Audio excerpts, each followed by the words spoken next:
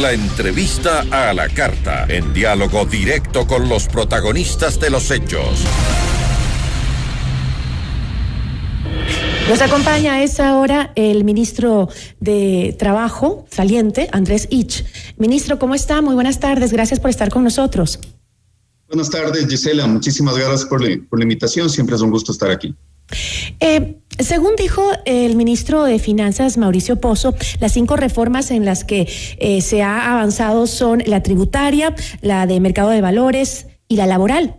Usted, ministro, que lo acompañó, afirmó que los temas laborales son urgentes para el país. Dijo también que hay que avanzar en soluciones estructurales. El país tiene un número muy preocupante de informalidad y de desempleo desde hace varias décadas, dijo usted. ¿Considera, ministro, que la falta de la entrega de las reformas laborales que se esperan desde 2019 por parte del Ejecutivo es una de las deudas pendientes de este gobierno saliente? Creo que es una deuda pendiente del Ecuador como tal, Gisela, no solamente de este gobierno. Sin duda, mientras más rápido se pueda avanzar en las reformas laborales, más beneficioso será para los ciudadanos. También tenemos que entender que existían muchísimos problemas estructurales que se han ido corrigiendo en este tiempo y varias reformas que eran urgentes que también se lograron trabajar con la Asamblea. Por ejemplo, las reformas para apuntalar la dolarización, que sin duda es uno de los valores más importantes que tenemos a nivel de política económica en el país. En cuanto a las reformas laborales, se ha hecho mucho a nivel de normativa secundaria, pero hay que dar varias certezas, elevando esas reformas a nivel de cuerpos ya legales. Y también hay cosas que no se podía hacer a nivel de normativa secundaria, pero que necesitaban un proceso bastante amplio de consenso con la ciudadanía, y hacia allá es hacia donde apuntamos. Abrimos el espacio Juntos por el Trabajo, tuvimos más de 9,000 participaciones de ciudadanos de distintos sectores que ayudaron a enriquecer las propuestas, pero sobre todo encontrar los puntos en común. Y eso es lo que le hemos dejado al ministro entrante Simón Cueva el día de hoy. No solamente los temas concretos que creemos que se deben reformar, sino también todo ese sustento que va a dar muchísima legitimidad a cualquier propuesta que se mande a la Asamblea Nacional. Y, ministro, como parte de este proceso de transición, el gobierno de Guillermo Lasso se ha comprometido en enviar finalmente la reforma laboral. ¿Hay un compromiso en eso? Esa creo que es una pregunta para el gobierno entrante. Lo que sí puedo decir es que ha habido muchísima apertura dentro del proceso de transición. El proceso de transición ha enriquecido a las instituciones en cuanto a solidificar su democracia, en cuanto a garantizar que pueda haber continuidad en ciertos procesos valiosos. Y sin duda, el contar con información adecuada, información completa y además, como decía, con esta legitimidad que da el que las reformas hayan sido planteadas desde la ciudadanía, seguramente va a facilitar mucho las decisiones en cuanto a qué se envía a la Asamblea y también la discusión ya dentro de esta cuando los paquetes de reformas estén ahí.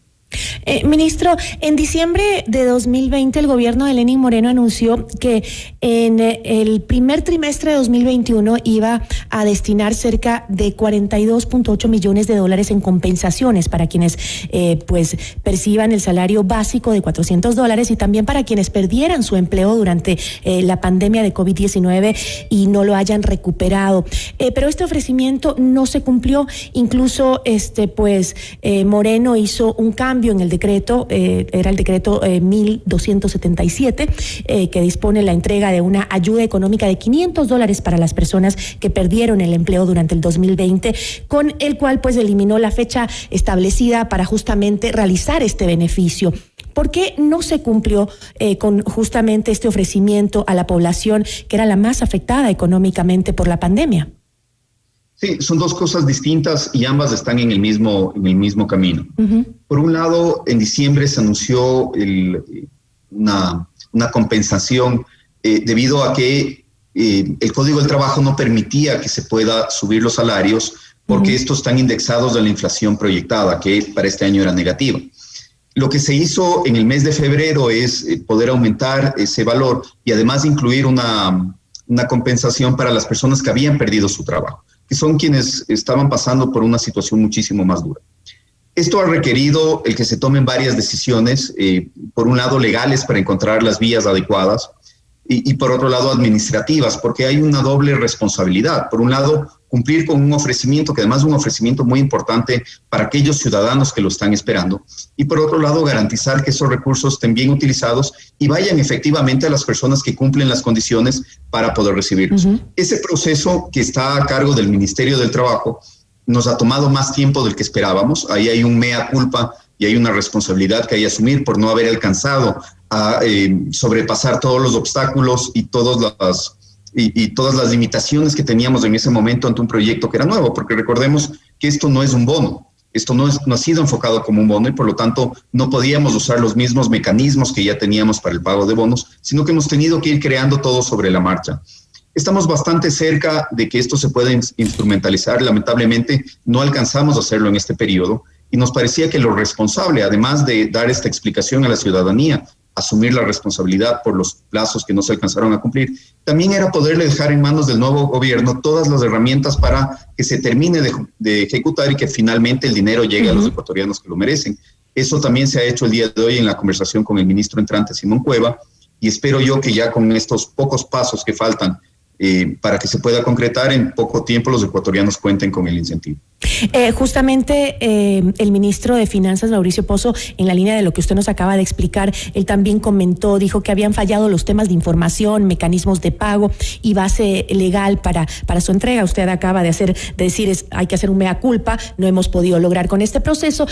Sin embargo, entonces ya se acordó con el gobierno entrante que se haga la entrega de este beneficio que, sí.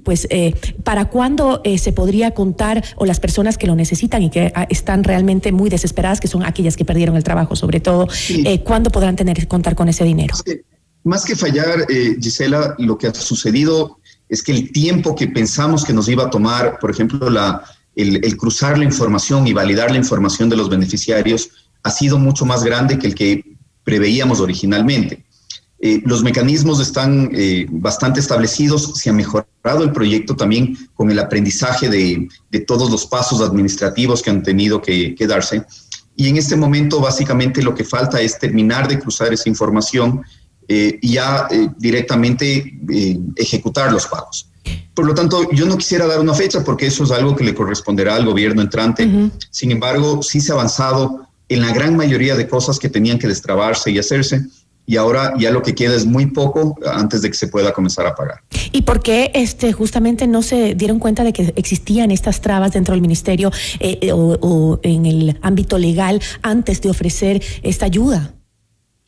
Porque es un proyecto nuevo, como decía, no es un bono, por lo tanto no entra en la lógica de los bonos. Hay normas bastante rígidas en el Código de Planificación y Finanzas Públicas para cuando se transfiere dinero público a privados. A la final, los desempleados son ciudadanos que actúan en el ámbito privado y por lo tanto debemos cumplir con todo eso. Pero sobre todo fue el no haber podido dimensionar rápidamente hasta no generar la información ya específica de cada uno de los beneficiarios, todo el tiempo que nos tomaría ese cruce de información, porque tenemos información tanto en la base de datos del IES como del Sistema Único del Trabajo y no siempre es información similar. Hay personas que registran el contrato de trabajo pero no afilian al trabajador, trabajadores que están afiliados pero que no tienen el registro del contrato de trabajo, y lo que tenemos que asegurarnos es que a quien le llegue el beneficio, a quien le llegue el pago de los $500, sea efectivamente la persona que está sin trabajo, la que perdió su trabajo y no lo pudo recuperar. Porque no estaría bien, sería indebido que por una falta de detalle o de revisión en estas bases de datos se termine entregando dinero a una persona que sí tiene empleo y que no necesita esta ayuda, dejándose de lado a una persona que sí lo necesita. Ahora, usted en su cuenta de Twitter felicitó a Patricio Donoso por su designación como nuevo ministro de Trabajo. Dijo que era una gran persona al frente de un enorme desafío y creo que tenía muchísima razón, porque la realidad a la que se va a enfrentar Donoso es bastante preocupante, ¿no? Es muy dura la realidad que va a tener que enfrentar. Tengo algunos datos para nuestros amigos oyentes. En el primer trimestre de este año, de enero a marzo, había 476.202 personas desempleadas en el Ecuador, lo que hizo que la tasa de desempleo alcance el 5.8% a nivel nacional, 7.3% en el área urbana, 2.8% en el área rural. Esta tasa estaba en 5%, es decir, 1.305 en diciembre del 2020 y pues luego pasó al 5.7%, 470.412. Y en enero de 2021, esto fue en enero de 2021, es decir, 76.107 personas se sumaron al desempleo hasta ese mes. ¿Con qué tasa de desempleo y subempleo espera cerrar el gobierno saliente y entregar pues su ministerio a su sucesor? Estamos en este momento en el 5,5% de desempleo. ¿Ha bajado? Diciembre es en el 5,5%. 5,5%. Así es, en el último corte que es del mes de abril, me parece. ¿Ya? Diciembre es un mes atípico. Diciembre siempre aumenta el empleo por las ventas de Navidad. Lo que tenemos que hacer es comparar las cifras en relación al mismo periodo del año anterior. ¿Y cuáles son esas? O el año 2019, porque el año anterior ya en estas fechas estábamos en confinamiento con toda la crisis económica encima. La cifra de desempleo en abril del año 2019 era inferior a lo que tenemos en este momento. Es decir, si bien se ha recuperado el empleo en relación a lo que teníamos a julio del año pasado, recordemos que llegamos a un 13,3%, la cifra más alta de desempleo que habíamos visto, todavía estamos lejos de las cifras normales. Pero creo, Gisela, que esa no puede ser la vara. Es decir, el Ecuador ha tenido durante décadas problemas estructurales muy serios. Una informalidad altísima que ha bordeado la mitad de la población, un desempleo sumamente alto y además una falta de empleo de calidad. Una falta de empleo adecuado para la mayoría de la población. Y realmente el desafío es cómo corregimos esos problemas estructurales, cómo traemos a toda esa gente que está en la informalidad y le regresamos al mercado formal de trabajo donde las condiciones son mucho más adecuadas.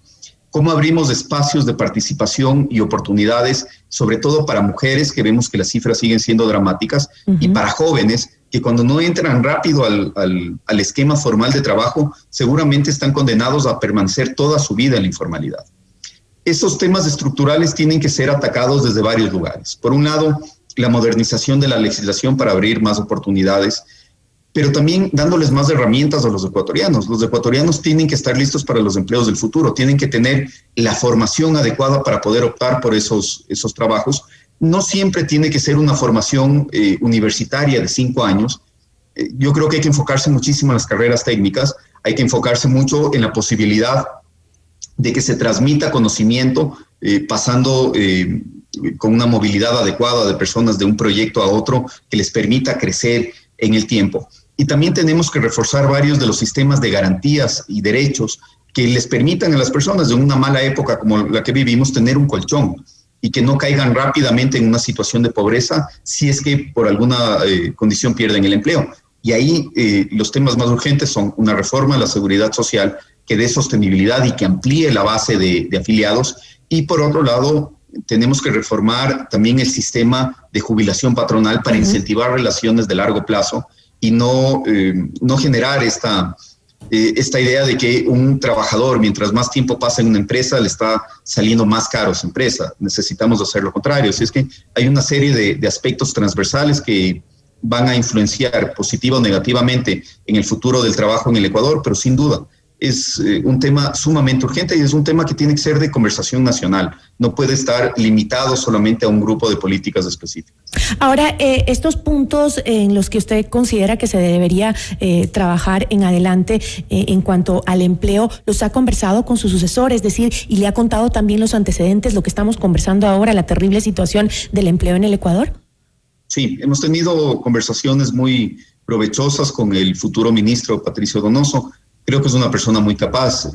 Yo tuve la oportunidad de interactuar con él en la Asamblea Nacional y me parece una persona además muy propositiva.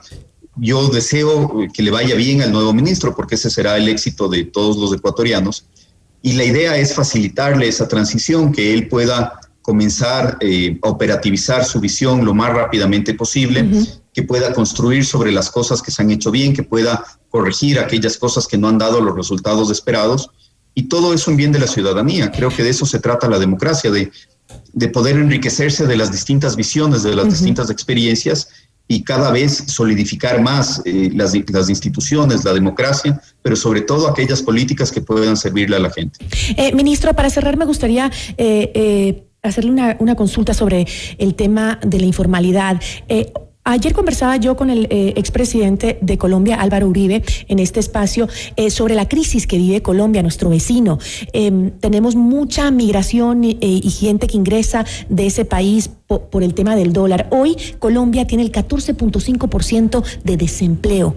Ha llegado a niveles sumamente altos. Esto podría implicar que mucha gente salga de Colombia para buscar empleo en el Ecuador y eso nos podría afectar. Ese no es un tema que se ha visto también, porque tenemos la llegada de nuestros hermanos venezolanos también que están ya aquí en el país y que muchos de ellos están sin empleo, otros han logrado sobrevivir, pero eso, la crisis que vive Colombia, ¿no podría afectarnos aún más en el tema de informalidad y desempleo? Creo que todo termina teniendo un efecto en el empleo, positivo y negativo. Y eso es algo que hay que tener claro. Las buenas decisiones económicas, el buen manejo de las finanzas públicas, la responsabilidad, todo eso termina teniendo a la final una consecuencia en la economía real. Si es que el Estado se administra mal, los ciudadanos terminan sufriendo esa mala administración con el tiempo. Es como tener una gran fiesta donde me gasto los ahorros, paso muy bien en la fiesta, pero después tengo que pagar esa cuenta y tengo que limpiar la casa. Y eso es un poco lo que nos pasó aquí. Creo que el caso colombiano tiene matices un poco distintos, más que la administración del Estado en sí, porque en Colombia se han tenido políticas quizá mucho más consecuentes entre un gobierno y otro.